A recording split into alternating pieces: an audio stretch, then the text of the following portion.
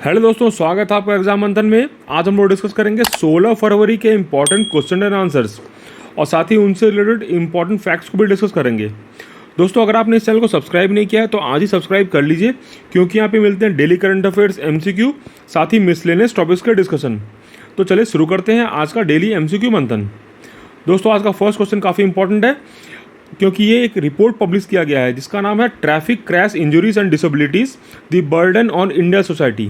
ये जो रिपोर्ट है कौन सी मेजर ऑर्गेनाइजेशन के द्वारा पब्लिश किया गया है? WEF, world bank, United Nations road safety collaboration या फिर नन ऑफ दीज। तो सही आंसर है, ये हमारा रिपोर्ट पब्लिश किया गया वर्ल्ड बैंक के द्वारा। अब चूंकि ये वर्ल्ड बैंक ने इसको पब्लिश किया है तो रिपोर्ट अपने आप में इंपॉर्टेंट हो जाता है एग्जाम के लिए। और ये हमारा रिपोर्ट रिलीज़ किया गया था अभी हाल ही में union minister for road transport and highways के द्वारा। इस हमारे मिनिस्टर कौन है, यूनियन रोड मिनिस्टर कौन है इसके? तो वो है हमारे नितिन गडकरी। इस रिपोर्ट में जो है एक एनजीओ के साथ मिलकर के बनाया गया है, उस एनजीओ का नाम है सेफ लाइफ फाउंडेशन। इस रिपोर्ट में मेजरली जो फोकस किया गया है, हमारे जो गरीब लोग हैं या फिर जिनकी इकोनॉमिक कंडीशन काफ़ी ख़राब है, उन पे क्या इम्पैक्ट पड़ता है एक भी रोड एक्सीडेंट्स का, उन पे सोशल इम्पैक्ट, चाहे फिर उनके फाइनेंशियल इम्पैक्ट या फिर जेंडर इम्पैक्ट, साइकोलॉजिकल इम्पैक्ट के बारे में इसमें डिटेल से डिस्कस किया गया है। तो ये रिपोर्ट आपको ध्यान में रखना है कि वर्ल्ड बैंक के द्वारा ये हमें पब्लिश किया गया है। बढ़ते हैं नेक्स्ट क्वेश्चन की तरफ। नेक्स्ट क्वेश्चन पे बढ़ने से पहले थोड़ा वर्ल्ड बैंक के बारे में देखते हैं। वर्ल्ड बैंक का मोटो है working for a world free of poverty, मतलब ये पूरी तरीके से दुनिया में गरीबी को ख़त्म करना चाहती है। इसका फॉर्मेशन हुआ था 1944 में। इसकी हेडक्वार्टर है वाशिंगटन DC में। इसके अभी के प्रेसिडेंट है डेविड मालपास, ये USA के हैं। और MD और CFO कौन है? तो ये हमारे इंडियन है अंशुला कांत। ये कई बार एग्जाम में पूछ दिया जाता है, ये भी आप ध्यान में रखिएगा। और वर्ल्ड बैंक के दो इंपॉर्टेंट इंस्टीट्यूशन है, उनका नाम है IBRD, फुल फॉर्म है international bank for reconstruction and development, और दूसरा है हमारा इंटरनेशनल डेवलपमेंट एसोसिएशन।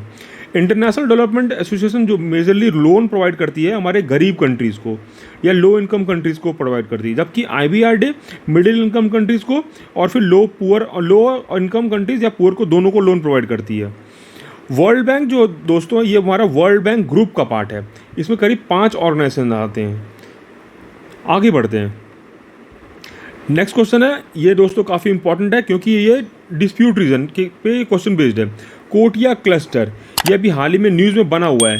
ये डिस्प्यूट में है क्योंकि यहाँ पे आंध्र प्रदेश ने एक इलेक्शन कंडक्ट करा दिया है। तो कौन से राज्य के साथ ये डिस्प्यूट चल रहा है आंध्र प्रदेश सरकार का? तो सही आंसर है इसका, ये हमारा डिस्प्यूट चल रहा है उड़ीसा गवर्नमेंट के साथ। अगर आप यहाँ पे देखेंगे तो यहीं पे ये कोटिया रीजन पड़ता है। इसमें करीब 28 विलेजेस हैं, जहाँ पे 3 विलेज में आंध्र प्रदेश ने इलेक्शन कंडक्ट करा दिया है। उसी के बाद से उड़ीसा गवर्नमेंट ने इस पर काफ़ी नाराज़गी व्यक्त करी है। तो आपको क्या ध्यान में रखना है, कोटिया क्लस्टर किस दो राज्य के बीच में डिस्प्यूट का कारण है? तो वो हमारा डिस्प्यूट का कारण है आंध्र प्रदेश और उड़ीसा गवर्नमेंट के बीच का। दोस्तों, अभी चितौरा लेक, ये जो लेक है आजकल न्यूज़ में बना हुआ है, ये कौन से राज्य में या फिर UT में स्थित है? तो इसके ऑप्शंस हैं बिहार, गुजरात, पश्चिम बंगाल या फिर उत्तर प्रदेश।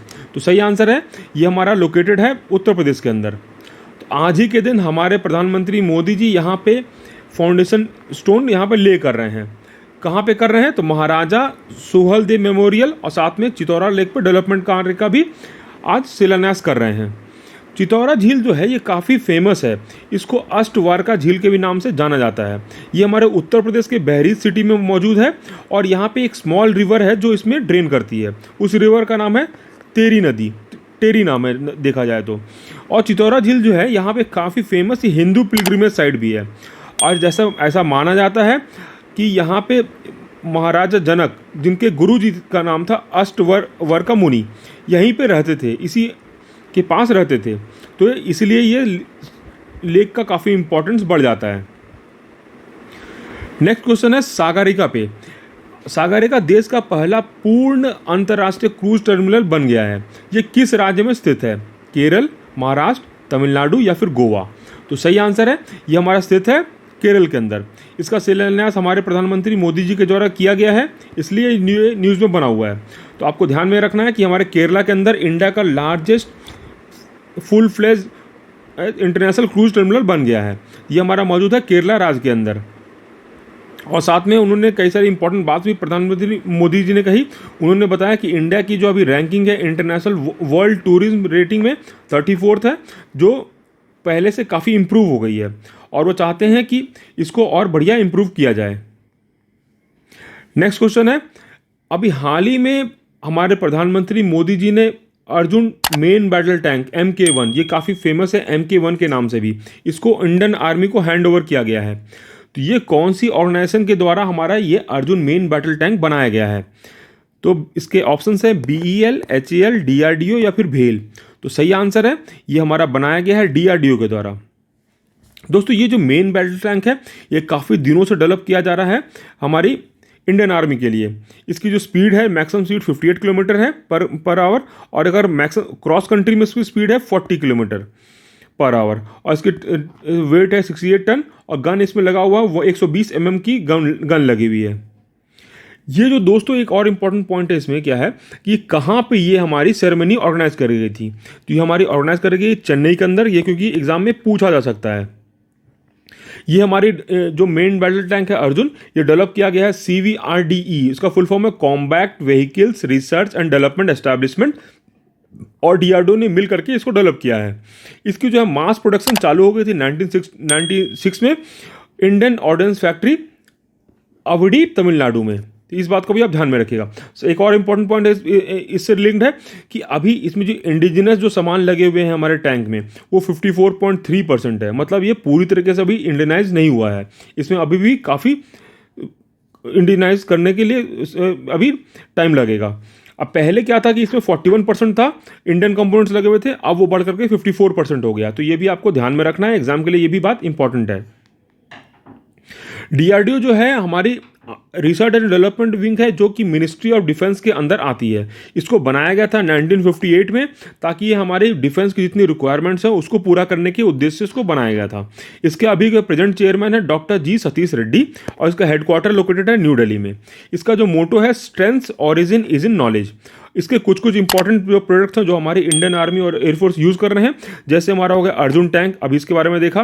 कई बार इनको MK1 के नाम से भी एग्जाम में क्वेश्चन पूछ देते हैं। और आकाश मिसाइल हो गए, air to ground to air defence system के लिए हम लोग आकाश में इस्तेमाल करते हैं। वर्णास्त्र हमारा हो गया, ये टॉर्पीडो है। ब्रह्मोस के बारे में आपने सुना ही होगा, सुपरसोनिक मिसाइल है। और हमारा हिम टपक के बारे में अभी देखा ही था हमने, थोड़े दिन पहले न्यूज़ में आया था कि ये हमारे कि जो अभी सैनिक लोग मौजूद हैं लेक रीजन में, उनके टेंट को गर्म करने के लिए ये सिस्टम को डेवलप किया गया था। असमी अभी इंडिया का जो इंडिजिनस डेवलप किया गया मशीन पिस्टल है। और इन्होंने एक और चीज़ हाल ही में डेवलप किया था, रक्षिता, मतलब बाइक एम्बुलेंस का इन्होंने डेवलप किया था और CRPF को हैंड ओवर किया था। नेक्स्ट क्वेश्चन की तरफ बढ़ते हैं। नेक्स्ट क्वेश्चन है अभी हाल ही में किसे लीडर ऑफ ऑपोजिशन बना दिया गया है राज्यसभा का? तो सही आंसर है ये बनाया गया है मल्लिकार्जुन खड़गे को, क्योंकि अभी गुलाम नबी आज़ाद अभी हमारे राज्यसभा से रिटायर कर गए हैं। ये लीडर ऑफ ऑपोजिशन जो बनता है कोई वो उसी पार्टी के बन सकते हैं जो हमारी ऑपोजिशन में जो कोई भी मैक्सिमम बड़ी पार्टी है और उसका स्ट्रेंथ कम से कम 1/10 ऑफ द हाउस होना चाहिए। इस बात का भी ध्यान में रखिएगा। और साथ में लीडर ऑफ द ऑपोजिशन जो पोस्ट है ये स्टैट्यूटरी पोस्ट है, मतलब कि ये हमारे लॉ के द्वारा डिफाइंड है। कई बार एग्जाम में पूछ देते हैं कि क्या ये डिफाइंड है हमारा लॉ से, तो हाँ बिल्कुल डिफाइंड है। और इसकी जो डिफिनेशन है वो कौन से एक्ट के तहत आती है? तो उस एक्ट का नाम है salary and allowances of leaders of opposition's in parliament act 1977। तो ये भी काफ़ी इंपॉर्टेंट है, इस बात का भी आप ध्यान में रखिएगा। नेक्स्ट क्वेश्चन है अभी हाल ही में एक रिपोर्ट पब्लिश किया गया है, इंडिया एनर्जी आउटलुक 2021। ये जो रिपोर्ट है किस ऑर्गेनाइजेशन ने पब्लिश किया है? NITI Aayog, world energy council या फिर IEA? तो सही आंसर है IEA के द्वारा ये रिपोर्ट पब्लिश किया गया है। इस रिपोर्ट में बताया गया कि इंडिया की जो एनर्जी डिमांड है वो वर्ल्ड में सबसे ज़्यादा इंक्रीज होगी अगले 2 दशक तक। और साथ में ये बोला गया इंडिया जो है यूरोपियन यूनियन को पीछे छोड़ देगा वर्ल्ड में एनर्जी कंजम्पशन में, और 2030 तक। इसमें और भी कई सारी चीज़ डिस्कस करी गई। एक और इम्पोर्टेंट पॉइंट उसमें डिस्कस किया गया कि करीब अभी इंडिया में 13 मुंबई जैसे बड़े शहर और भी डेवलप करेंगे एनर्जी डिमांड के कारण, इसलिए एनर्जी डिमांड इंडिया में काफ़ी बढ़ने वाली है। और इन्होंने एक बात और बताई कि अभी इंडिया जो है वर्ल्ड में 4th largest global energy consumer है after China, USA and European Union. तो ये आप रैंकिंग याद रखिएगा क्योंकि एग्जाम में ये पॉइंट पूछा जाता है। और एक बात इसमें बताया कि इंडिया जो है रिन्यूएबल एनर्जी में सेकंड लार्जेस्ट है आफ्टर चाइना। तो आईईए जो ऑर्गेनाइजेशन है ये हमारी कहाँ पे लोकेटेड है, इसकी हेडक्वार्टर है पेरिस में। पेरिस कहाँ पड़ता है, फ्रांस में। इसकी जो फेमस रिपोर्ट आती है वर्ल्ड एनर्जी आउटलुक रिपोर्ट, इसी सीरीज में हमारी इंडिया एनर्जी आउटलुक रिपोर्ट प्रकाशित की गई है। इसके ये हमारा कब बना था, ये ऑर्गेनाइजेशन बना था 1974 में, जब ऑयल क्राइसिस हुई थी ओपेक को देख के कारण। इसके जो 30 मेंबर्स हैं अभी प्रेजेंट में। तो आपको ये आईईए के बारे में भी ध्यान में रखना है, क्योंकि एग्जाम में ये काफ़ी पूछा जाता है। 26वां हुनर हाट ये जो है अभी कहाँ पे चल रहा है, तो सही आंसर है यह कहाँ पे आयोजित किया जाएगा। तो ये कहाँ पे किया जाएगा आयोजित, ये न्यू दिल्ली में किया जाएगा। तो ये इंपॉर्टेंट है, इसका संस्करण कौन सा होगा, 26वां होगा। ये जो हुनर हाट जो इसमें होता क्या है, इसमें कई प्रकार के हमारे लोकल आर्टिसंस अलग अलग देश भर के आते हैं और अपने हुनर को प्रदर्शित करते हैं। तो इसमें उनको फ़ायदा क्या मिलता है, मतलब कि पूरे दुनिया भर के लोग आते हैं और देखते हैं उनके हुनर को। जैसे हमारा कपड़े का काम हो गया, या जरी हो गया, या फिर पॉट्स हो गए, पोट्री हो गया। तो उसमें क्या, इनको कई सारे लोग आके देखते हैं और यहाँ पे अपने ऑर्डर भी देते हैं, प्लेस करते हैं कि भाई हमें भी ये सामान चाहिए अपने बिजनेस के लिए, या फिर घर के लिए, या फिर एक्सपोर्ट करने के लिए। तो इससे दोनों को फ़ायदा मिलता है, यहाँ पे जो खरीदने वालों को भी, साथ में यहाँ पे जो अपने आर्टिसन आते हैं उनको भी। तो इसलिए गवर्नमेंट ने यहाँ पे hunarhaat.org नाम से एक पोर्टल बनाया है। वहाँ पे आप चाहें तो ऑनलाइन भी इस पर कुछ खरीद सकते हैं। और इम्पॉर्टेंट बात क्या है, ये हमारा जो हुनर हाट है इस साल का, ये हमारा इनॉग्रेट किया जाएगा petroleum and natural gas minister Dharmendra Pradhan के द्वारा। लास्ट ईयर ये किया गया था हमारे प्रधानमंत्री मोदी जी के द्वारा। ये हमारा चालू होगा 21 फरवरी से। और ये हुनर हाट फेस्टिवल जो पूरी तरह ऑर्गेनाइज किया जाता है, ये हमारे माइनॉरिटी अफेयर्स मिनिस्टर के द्वारा ये ऑर्गेनाइज किया जाता है। तो माइनॉरिटी अफेयर्स मिनिस्टर कौन है, तो वो हमारे मुख्तार अब्बास नकवी। दोस्तों अभी हाल ही में एक आरबीआई ने पैनल गठित किया है जो अर्बन कोऑपरेटिव बैंक्स के लिए एक सुझाव व्यक्त करेगी। तो उस कमेटी का नाम क्या है, उस कमेटी का नाम है NS Vishwanathan committee. NS Vishwanathan committee बनाई गई है, जो कि 8 मेंबर की बॉडी होगी, जो बताएगी हमारे अर्बन कोऑपरेटिव को कैसे उसकी देखरेख, सुपरवाइजरी को और इम्प्रूव किया जा सके। तो ये आपको ध्यान में रखना है कि अर्बन कोऑपरेटिव बैंक्स के लिए बनाई गई है एनएस विश्वनाथन कमेटी आरबीआई के द्वारा। ये काफ़ी इंपॉर्टेंट पॉइंट है एग्जाम के लिए। और दोस्तों जहाँ तक रही अर्बन कोऑपरेटिव बैंक्स की, तो अर्बन कोऑपरेटिव बैंक्स हमारी आती हैं कोऑपरेटिव बैंक्स के अंदर। कोऑपरेटिव बैंक्स को मेजरली 2 प्रकार में डिवाइड किया गया है, अर्बन और रूरल। तो कोऑपरेटिव बैंक्स होती क्या है, इनका जो काम करने का तरीका है वो कमर्शियल बैंक से डिफरेंट होता है। वो कैसे डिफरेंट होता है, डिफरेंट ऐसे होता है कि यहाँ पे जो मेंबर्स होते हैं ये अपने पैसों को पूल करते हैं, मतलब पैसों को जमा करते हैं साथ में, और उसी से ये लोन प्रोवाइड किया जाता है। तो इसका कंसेप्ट बिल्कुल अलग हो जाता है कमर्शियल बैंक से।